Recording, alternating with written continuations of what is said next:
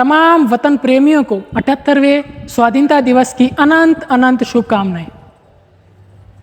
साथियों, हम इतिहास की पुस्तकों में इस वतन के स्वतंत्र होने व स्वतंत्र करवाने वालों की वीर गाथाओं को पढ़ते हैं, जिसमें वर्णन मिलता है वीर नौजवान भगत सिंह के उबलते खून का,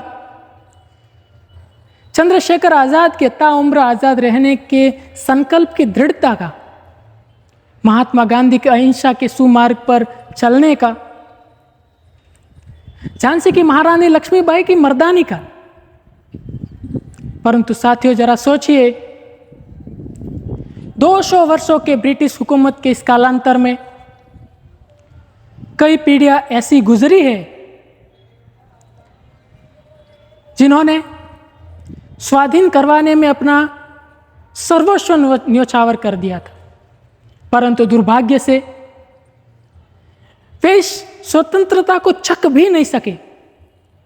उन्हें आजादी का अनुभव ही प्राप्त नहीं हुआ, क्योंकि 200 वर्षों का कालांतर छोटा नहीं होता। साथियों, इसीलिए हम सौभाग्यशाली हैं कि हम स्वतंत्र राष्ट्र में जन्मे, स्वतंत्र राष्ट्र में अपना जीवन यापन कर रहे हैं। और इसीलिए ये हमारी जिम्मेदारी है कि आगामी पीढ़ियां भी आजादी की खुली सांस ले। तो इसलिए हमें इस राष्ट्र के मूल्यों को समझना होगा।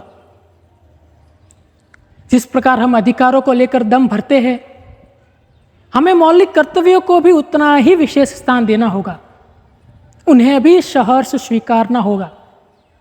यदि हम केवल मौलिक कर्तव्यों को ही सहर्ष स्वीकार ले तो राष्ट्र खुद ब खुद उन्नति की ओर बढ़ जाएगा। मौलिक कर्तव्यों में इतनी ताकत है कि हम ताउम्र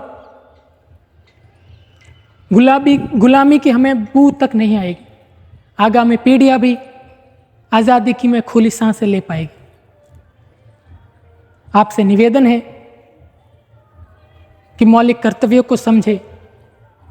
मौलिक कर्तव्य यदि आप नहीं भी पढ़ते तो मन में एक राष्ट्र को संरक्षण करने का, राष्ट्र को स्वच्छ करने का संकल्प अपने जहन में लेकर चले।